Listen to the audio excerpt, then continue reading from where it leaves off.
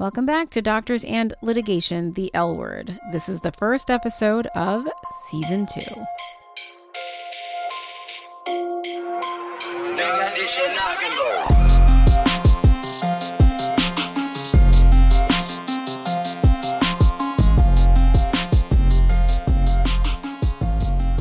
Today we are going to talk about EMR audit trails. But before we get there, this being the first episode of a new season and all, I would like to do a little bit of housekeeping. So first, if you're new around here, what you want is Season 1. You want to start at the introduction, work your way through, and then you're going to have the foundational knowledge that you need before we start hopping around in this season to lots of diverse litigation-adjacent topics. Okay, second. I work with a lot of lawyers now, but I am not one. So I'd like you to know that this whole podcast is meant to be informational, but not directive. If you have a case going on, your legal advice needs to come from your lawyer. The podcast, I think, is a nice place to start laying groundwork, and it will help you ask your lawyer more intelligent and insightful questions and be a meaningful member of your defense team. But this is not legal advice particular to you. And finally, we're just getting started, and this is a project in evolution, and I'd love your help. So if you have a topic that you want to learn more about, get in touch with me. My website is in the show notes. And so now, without further ado, let us learn about EMR audit trails. So we all understand that documentation plays a huge role in malpractice litigation, but it turns out that your electronic medical record is recording a lot more than just your words. And increasingly, that trail generated by electronic medical records is being used as a part of cases, aside from just the words in your chart. And here to teach us more about that today is Saira Pasha. Ms. Pasha is an attorney and the owner of Audit Trail Pro, LLC. She works as a consultant, disclosed expert, and trainer for both plaintiffs and defense attorneys. And in the last several years, she has analyzed hundreds and hundreds of EMR audit trails from over 20 different systems. Now, prior to starting her consulting business, Ms. Pasha worked for several years as a claims professional for a malpractice insurance carrier. She has a degree in operations and information management with an emphasis in information systems, and I'm so happy to talk to her today. I learned a lot, and I think you will too.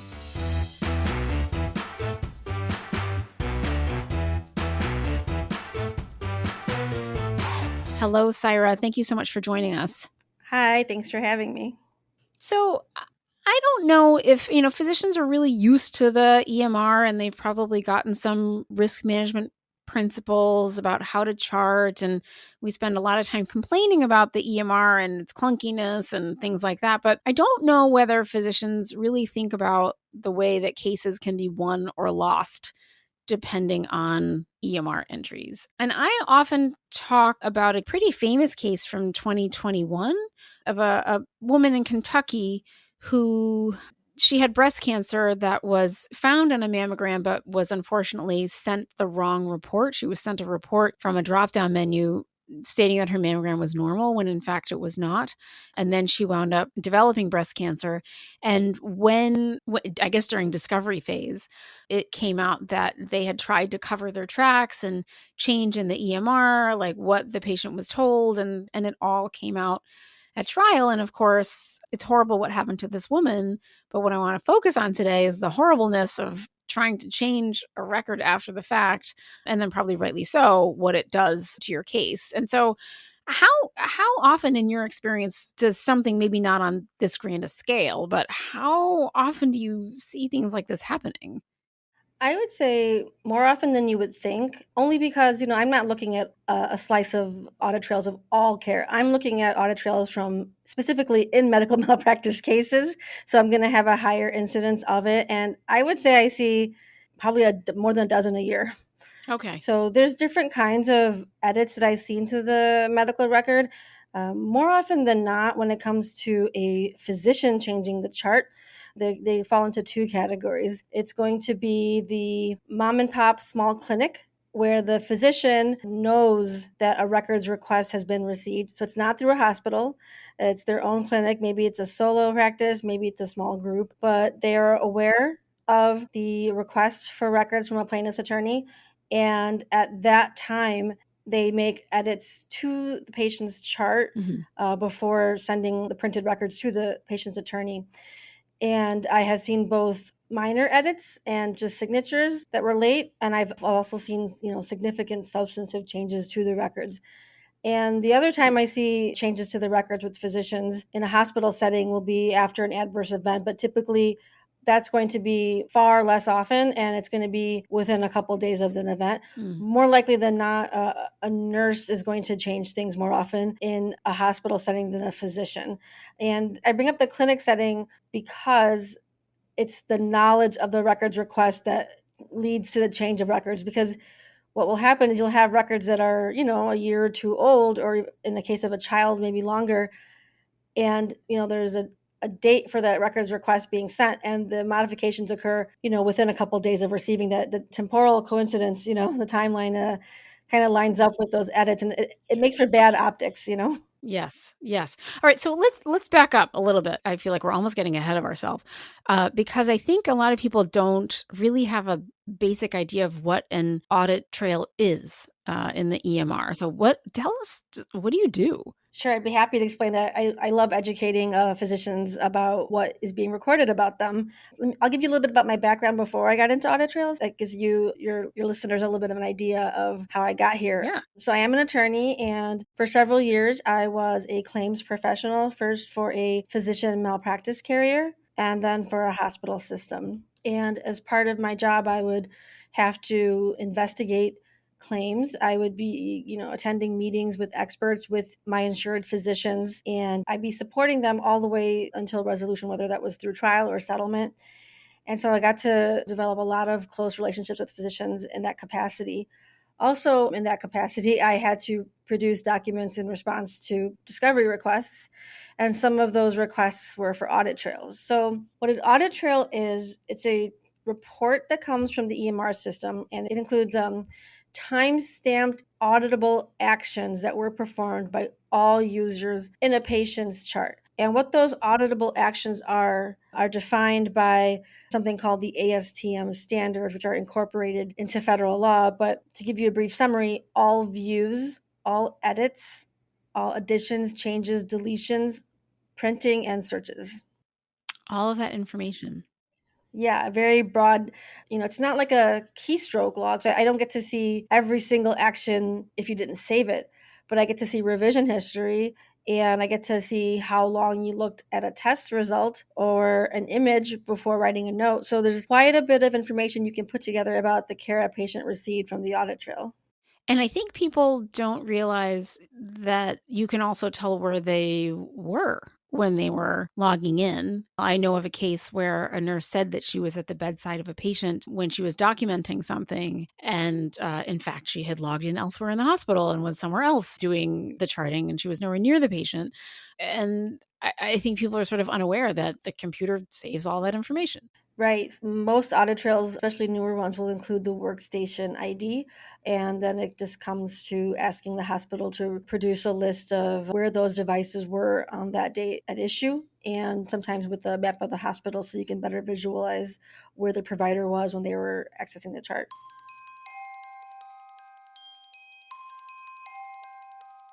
So, what are some other functionalities of the EMR that you capitalize on? Like, tell us about how you utilize some of that information that you were talking about in an actual case. In what ways will lawyers leverage that information?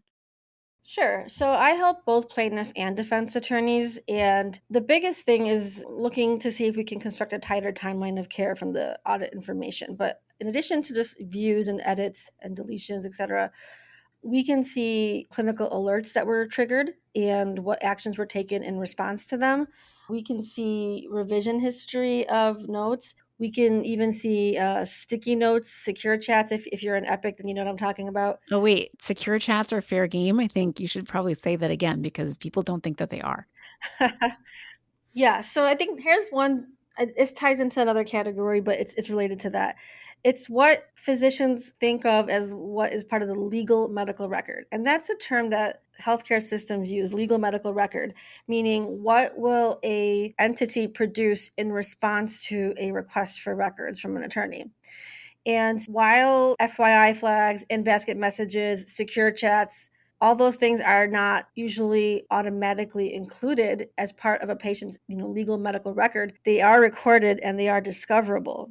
So a secure chat might not be part of the audit trail, but I will see that, maybe not the content of it, but I will see that you reviewed it, and I can see someone writing one, and it comes with the message ID number. And then from there, it's just a matter of querying the right database to get the content of that message, even if it's been a year or two later. Everybody needs to just file that information away.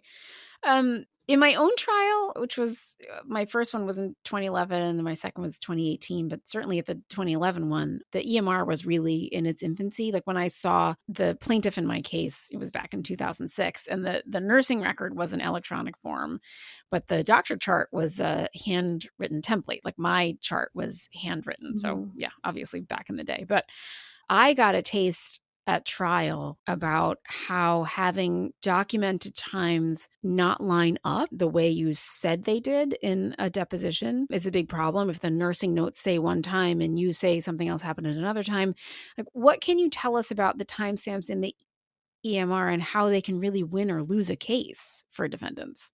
Well, I think there's a couple things here. First, the capability of the EMR system to allow for backdating. And that's a necessity. Like, we should think of it as a tool for providers to document their care. And a lot of times you cannot document the same time that you're treating a patient or seeing a patient.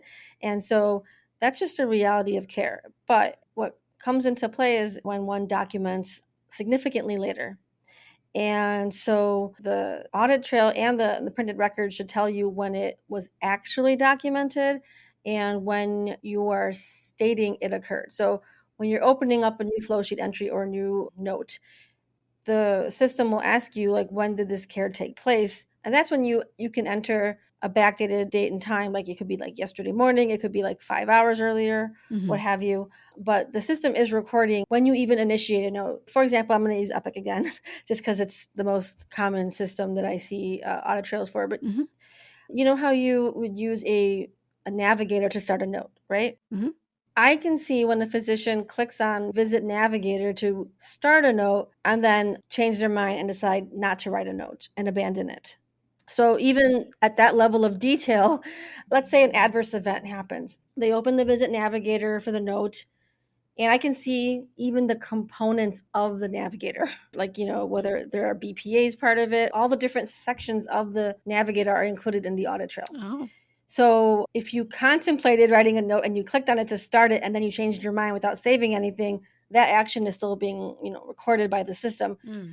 But nothing is recorded in terms of content until you hit save. So, for example, you open a Visit Navigator. Let's say you're an anesthesiologist, for example, and you have a pre-op note, and you load the template with all the different sections that come with a pre-op note, and then you don't enter anything, and then you come back to it later to fill it out. The system is recording both things. When you save it the first time, when you have the shell of a note and nothing is there, and then also when you add information later. So it can tell when things got filled in. And in and of itself, there's nothing nefarious about that. People start notes and finish notes, and you're busy taking care of the patient, so you couldn't finish the note. There is certainly an explanation for all of those things. You can't chart and take care of a critically ill patient at the same time. Like, oh no, yeah, for sure. That is just the truth. But, however, as I've emphasized over and over and over again, cases are lost and won on optics. Absolutely. And so an attorney could paint something nefarious into something like that. And so now what you uncover, what you testify to, it's not black, it's not white. These are just facts. This is the time that this was entered. This was the note that was started and then not finished. This was the time this adverse event is recorded to have happened. And this is the person logging in from home. This is the person getting a clinical alert about a medication interaction at this time and dismissing it. That's just what happened. And then the lawyers are the one that are going to sort of weave this into a story about how care either was or was not meeting standards of care.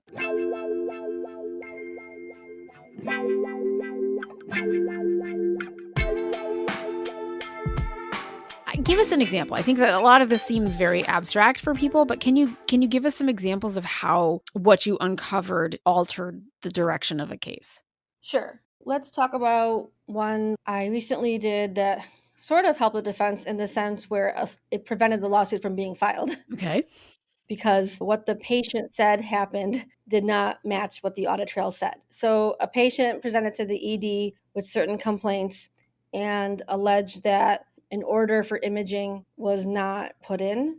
And I can't go into too much detail, obviously, but basically that patient went to a plaintiff's attorney after the fact and gave a timeline of events and stated what happened. And if that was true, then there would be a case against that because the patient suffered an event 2 days later. So what this plaintiff attorney did before investing a ton of money into the case by getting physician experts to even review the records, the first thing that this plaintiff's expert did was get the audit trail, which I think is really smart, because it's just really efficient. And so they got the audit trail, and I didn't look at it ahead of time. We just got on a Zoom. I read it live, and I could see that from 3 different angles that this order was put in and then canceled.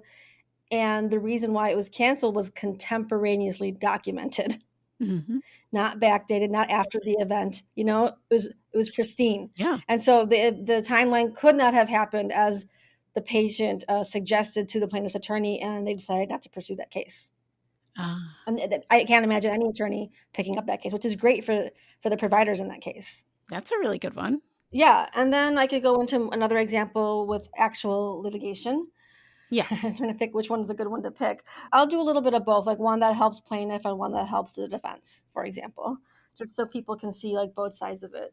Yeah. So I did a case where, you know how you can have pre-written notes or dot phrases in Epic or Smart Text, Yeah. These are all tools, and other systems I keep saying Epic, but other systems have these capabilities as well, because they're all just charting efficiencies. And we all know that providers have a lot on their plate, and charting sometimes can be the bane of their existence, but it's really important. Yes. So I think that tools are great. It's just a matter of utilizing them properly and being able to testify confidently about them. I don't think tools are bad at all. Like, I don't think the use of a template or backdating for that matter. I'm completely neutral about these things, but they can be used against you. For example, let's say we have a physician who's in a supervisory role, maybe an OB supervising a midwife, or in some states where PAs have to be still supervised by a physician. In several cases that I've worked on, unfortunately, the audit trail is very clear that the physician didn't review anything and they just okayed the note and signed. They co-signed the note without any substantive review. And when I say that, I mean like 5 seconds. Because you can tell how long someone has looked at something. Yes. So what happens is they'll get an in-basket message, and the message will be to co-sign the note, and they're in and out in 5 seconds. And so was there any substantive review? And they're not in the chart otherwise at all, not during the time that the care was provided and not after. So they literally just checked it off without even reviewing the note. Yeah. That has gotten some physicians in trouble. I mean, that's when you have like 50 charts at the end of a shift or whatever that you're co-signing. Like, a lot of times you sort of scroll through that. What's the diagnosis? Check. Okay, next, move on. Check. I don't think that's unusual. And that's something that might come up. And that's something that would be explained. But again, everything is about optics. It's not a big deal until it's a really bad case where someone's going to argue that for example, the midwife did not make the right decision and she was not properly supervised. Yeah. That the patient should not have been discharged when they came in with early signs of labor, for example. And these are scary things for people to hear, but I think people need to know how this information is being used. And so, okay, so continue. You have another one for us. Yes, that's my goal. My goal is not to scare. I want to be very clear about that. Yeah. My goal is definitely to educate. I think knowledge is power. And I think that nurses and physicians and all other healthcare providers need to understand what's being recorded about them. That's all. I don't Right. mean to scare anybody. I think I was going to give another example of how it helped a physician. Sometimes an audit trail will tell you just how much care was provided to the patient. It actually paints a fuller picture than a note can. Let's say it only took like a minute to write a note, or maybe less because of a template, but you see that the provider is in there for several minutes before reviewing history, reviewing labs, reviewing imaging. It's not visible in a note. The extent of care provided to a patient is not always seen in a note, but it can be seen in an audit trail where multiple providers are in there multiple times reviewing things in depth, and it really shows just a high quality of care for the patient. That's how an audit trail can help.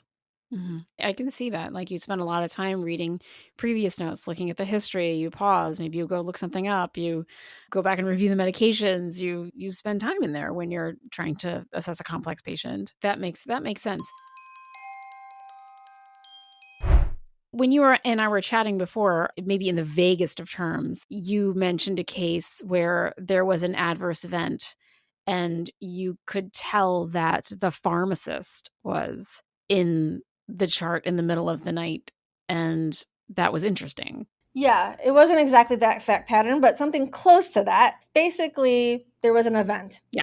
And somebody who was not treating the patient at that moment, someone who was non clinical at that moment, was reviewing the chart from their home and right in the middle of the major event within like it was a several hours long event, more than 1 hour.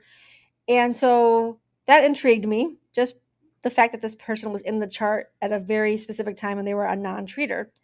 So upon, researching this person's background and involvement and specialty, I was able to then work backwards and see, based on what that person does for a living, what happened to this patient. Because after this adverse event, the providers that were involved in it were all looking at the same thing after the event. So there's like a tell that happens after an adverse event, like, for example, an order or a note or a lab Mm-hmm. value. When after an adverse event, when multiple providers are in the chart looking at something, Mm-hmm. it's like a Mm-hmm. tell. And so I'm able to do some sleuthing where even if nobody charted that event, like there was an event and there's a specific part of the event that was not charted, but I was able to tell that it happened by putting all the pieces of the puzzle together and including that outside person who should not have been at the chart at that time. It is real detective work. If you've never really given it much thought, it can be a real wake-up call hearing stories like that from someone who does what you do. I am wagering there are a lot of people listening to this that didn't even know that that was a job. Yeah. There is a such thing as an EMR audit trail expert. So your goal is to educate, not to scare. What advice do you have for physicians in the wake of an adverse event or when they're first named in a lawsuit regarding their activity in the EMR? Sure. I have lots of advice. I'm glad that you're asking. I've been wanting to get this out there for some time. So, two things. I want to make it into two categories: yourself and like just an adverse event that maybe you might not be heavily involved in, but you have some ancillary involvement, or maybe it's a colleague's case. You should only be going into the EMR if you're treating the patient or if you have to be in there. I think that is out there as a message, HIPAA. And I think generally speaking, that's a best practices rule. But when there's an adverse event and there's a bunch of curious people in the chart, it doesn't help the situation because it draws attention to what the issue was. I can tell when something's bad because, like a code, for example, even if people never treat the patient, there's a lot of looky-loos in the chart when they hear about it Uh-huh. through either overhead or through people talking about it. There's a lot of activity, and they're all looking at the things that tell me what happened. So if it's not your case, and you just hear about it, don't go in the chart, Mm. That's my first tip. Okay, but secondly, your own case, your own event, your own patient. So I don't want to give any advice that changes how providers treat their patients. Yeah. Or, I definitely want to steer clear of any kind of advice. I'm not a physician and I don't want the audit trail to affect medical care, but I would just go in the chart knowing that it's being recorded. So if you need to look at something, look at it, but don't dwell on things. Don't look at things unnecessarily and just be able to explain it because I don't think it's bad. Let's say you have an adverse event. Of course, you're going to want to look at what happened to your patient. Yes, Of yes. course, if you get sued, you might be curious about just to refresh your recollection about who this patient was in the course of events. So I don't think that just because you're going in the chart that it's going to be a bad thing, and even any reasonable jury couldn't understand that as well. I think most juries want to like the doctor. That's Mhm. my claims person coming out. I wouldn't approach the audit trail or all this information defensively. I would just approach it knowing if you're going to modify this note or you're going to do a late chart entry, just know that I can see how long it took you to write it, when you wrote it, what you looked at before Mhm. you wrote it, Yeah. etc. Just be savvy. Yeah, exactly. And then secondly, let's say, God forbid, you are sued. Make sure that you don't testify to things about the chart unless you actually know what you're talking about or you've reviewed the audit trail with defense counsel. So if you have not reviewed the audit trail, at all, and the plaintiff's attorney asks you a question like, were you involved at all at this point? Like really just hard yes or no questions. If you're not sure, don't say a hard yes or no. Just say you don't remember. Because, for example, if a physician says, I was not involved in this patient's care until I walked in the door at 5 p.m. and they went straight to surgery. But then I see that doctor in the chart for like 30 minutes around noon. Define involved in the patient's care, you know? Mm. And you can imagine how that happens. You get a call for a consult, you look at the chart, you see who the person is, and you say, okay, I'll see them at 5. And that's a totally normal, acceptable thing to do. It's just if you testify, I didn't know a single thing about this person before 5 p.m.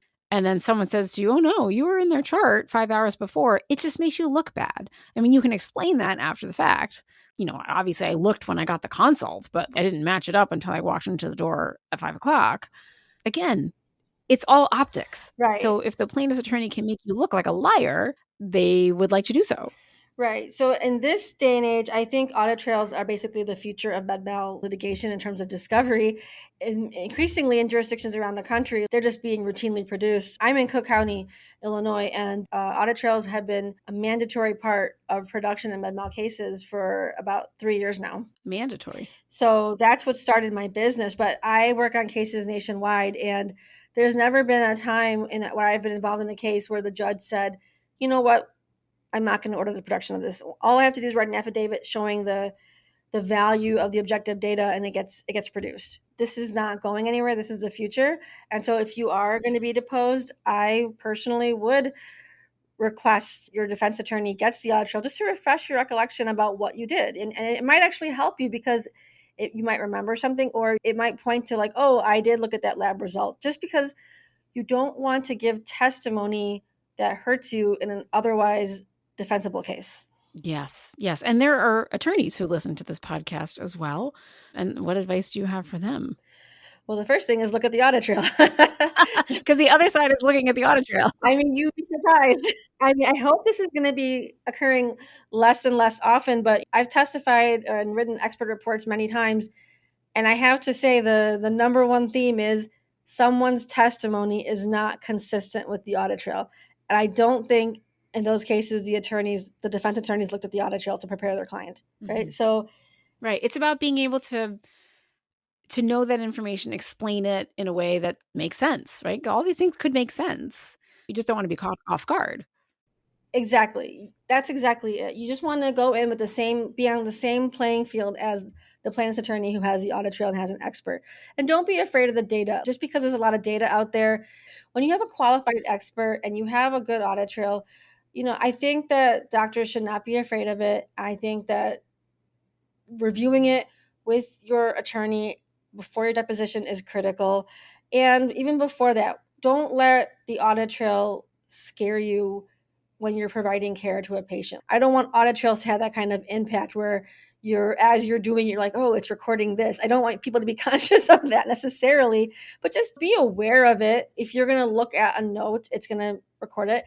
If you're going to look at an x-ray for 5 seconds versus 25 seconds, it's going to record that. If you're going to dismiss an alert, it's going to record that. Stuff like that. It's just common sense stuff that maybe people... We dismiss alerts all day long. We do. We just do. And it's fine until it's the bad alert, It's fine until it's the bad alert. Yeah. I mean, that's part of the challenge of practicing these days. It's true. It's true. Thank you so much for your expertise. I think you've given listeners a lot to think about and a lot of new knowledge and information. And it's really helpful. Again, the point of this is not to scare, it's to inform so that you just, you should know about the tools that you're using that are recording your behavior. Right, exactly. And I think that if people are curious about this, I think the best way to go about it is maybe go to their risk manager at their facility and ask to see a sample audit trail, Yeah. And I think it would be great if I was in charge of a hospital. I would definitely have risk management put on a presentation, even if it's like 20 minutes long, just to show people what's being recorded about them so that they have that knowledge and they can act accordingly. All right. Thank you so much, Syra, for coming on and talking to us. I appreciate it. Well, my pleasure. Thank you.